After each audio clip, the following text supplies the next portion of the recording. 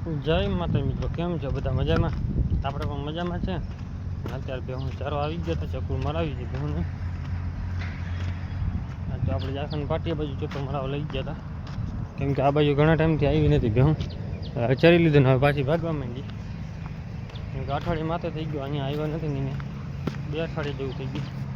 એટલે પેઢિયા થઈ પડ્યા બધા, ખરી પડ્યા હતા. અડધા એડિયા ઢોર ખાઈ જાય ને અડધા પછી આપણી ભેહું બુકા બોલાવી દઈએ. આવશે અત્યારે ચરે બધી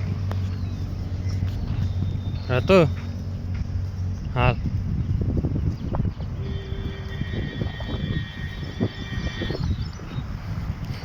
વઢિયા. આના માટે આપણે છે ને ટંકોરી 3 ગાયો હાટું ઓર્ડર કરી છે. મંગું પહેરવા ના દઈએ, આ પહેરવા દે. આને ટંકોરી રાખશું, ચોમાસે છે ને બધી આવા જ આવો છે કાયદેસર ગંદકી, એટલે ટંકોરી બધાને ઓર્ડર કરી દીધી છે. જોઈએ કેવી આવે છે, કેવી લાગે છે, ગાયું રાખશે કે ના રાખશે. કેમ કે ટંકોરી ફરજિયાત જોઈએ આપણે ગાયોનું. આનું આપણે ઉપરનો પટ્ટો આવે ને જે શિંગડામાં ખબર મોતીડું આવે બાંધવાનું, એ જડતું નથી. ઓનલાઈન જોઈતું ઘણું, જ્યાં જડે છે એ એમ છે કે કુરિયર આપણે અહીંયા ના કરી, ગમે સિટી હોય ને એમાં કરી આપી. હવે સિટીમાં મેળ આવે નહીં, કેમ કે અહીંયાનું હોત તો જ આપણે કરી લઈએ ગમે એમ કરી. અને આ બનજો શિંગડામાં ફૂલ મેકઅપ ભરી દીધું છે.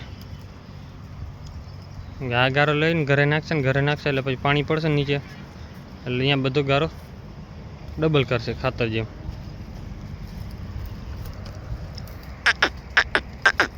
ગમતું તો એમને ઊભી જ રહીએ. ચોમાસે ખાય તો સારું, નથી ચોમાસે ઘરે નાખવું પડે એની એકને પછી ચાગલી ચરતી તો થઈ જાય, પણ અત્યારે ચરવાનું ઓછું કરે. આપણે જો ઘેરો આખો હાલી નીકળે છે, જંગલ સાફ થઈ ગયો. ઈટાજી પણ જો બહાર નીકળી ગયું છે, ત્યાં ડીઝલ નાખતા લાગે. કેમ કે હજી આ ઢગલા કરવાના છે, કામ ભેગા કરવાના છે. એક ઢગલો અહીંયા જો બધું સાફ થઈ ગયું. ચોમાસે થોડીક બીક રહે છે, કેમ કે સાફ તો થઈ ગયું, પણ આપણે ભેહું ગરી જાય પગ અંદર, કેમ કે આ ધૂળ બધી ભેગી કરેલી છે. પૂરમાં ભેગી થાય ને એ ધૂળ છે, એટલે ચીકણી માટી રહે એટલે પગ ગળવાની બીક રહે છે. બાવડા થઈ ગયા સાહેબ, થોડાક રહી ગયા છે આ બાજુ. એ તો જો કામણા કરતા જાય. અત્યારે છે ને આપણી ભેહું અડધી પાણીમાં બેસી ગઈ છે ને અડધી છે ને નીકળી ગઈ છે ચરવા, કેમ કે પેડિયા પડ્યા છે ને બધા વીણે છે. બાવડા તો ભેગા થઈ ગયા છે બધા. હવે આજનો વારો છે, લગભગ આ બાજુનો પટ્ટો પકડી લે અત્યારે, કેમ કે ઈટાજી હજી હાલે જ છે. અને આ બધું સાફ કરવાનું કારણ છે કે નદી છે ને પૂર આવે છે ને એટલે બેકાબુ થઈ જાય છે નદી. જો આ કાંઠો કેટલો ઊંચો છે, નદી હાવ અહીંયાથી તરિયો જ દેખાય છે. આમ બાવડો છે ને એ પણ તમને તરિયા જેવો લાગતો હશે, ઊંડો છે. નદી બોરી ઊંડી છે, પણ નદી 2 થઈ ગઈ છે. અહીંયા 2 નદીનું પાણી, એક આ બાજુ મીઠો ગામની આવે છે ને એક આપણે રાસણપર ગામની, જે આપણા ઘરની બાજુમાંથી આવે છે. એ 2 નદીનું પાણી થાય ને એટલે પાણી અહીંયાથી આ રિક્ષાની રેવલ જતું હોય. આ બાજુ એક ખેતર તો આખું ડૂબી જ જાય છે. સામે ખેતરમાં જો કે પારા બાંધી દે, વધારે વરસાદ આવે ને તો એમાં ખેતરમાં પાણી વહી જાય.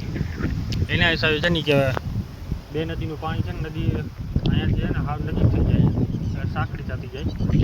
અહીંયા કેટલી મોટી છે, આ થાંભલા પાસે જાઓ છો ને આ બાજુના થાંભલા, સામે થાંભલા નદીમાં હાવ જેમ બને છે આવી રીતે હોય, આમ થતી જાય, એટલે ટુકડી થતી જાય નદી.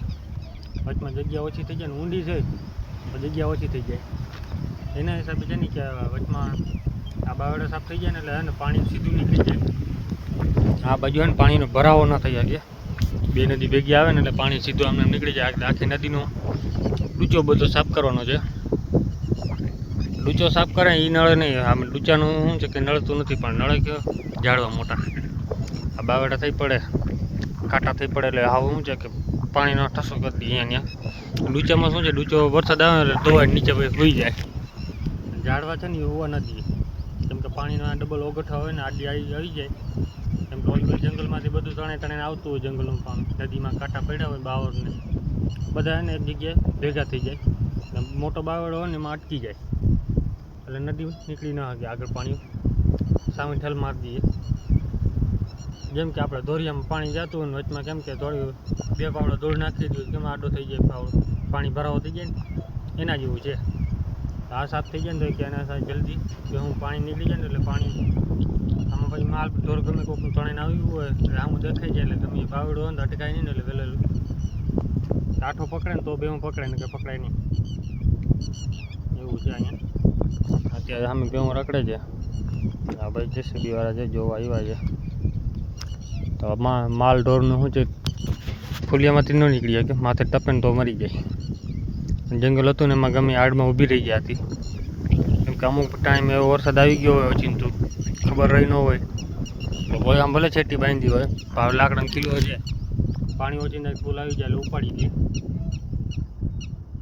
આપણી એક ભેંસ 10 વર્ષ પહેલાં તણાઈ ગઈ હતી મોટી ભેંસ હતી 2 ફેરા તણાણી હતી. એક હારે નદીમાં પૂર આવી ગઈ હતી ને ધીમું ધીમું પાણી આવતું હતું ને ઓચિંતાથી ફૂલ પાણી આવી ગયું.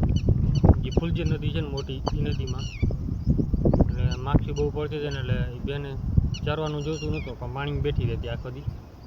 તો આપણી સવારમાં અહીંયા વરસાદ ચાલુ હતો ને એટલે વરસાદ ઓછો હતો તો બે હું અહીંયા નદીના કાંઠા પર રખડતી હતી અને ઓચિંતાથી પાણી વધી ગયું ને બેને તણાવવા માંડી એટલે એના હિસાબે થઈ ગયું તણાઈ ગયા. થોડીક આગળ ગઈ ને એટલે ફૂલી નાડમાં આવીને ભટકાઈને નીકળી ગઈ સાઈડમાં આવી ગઈ તો નીકળી ગઈ બચી ગઈ.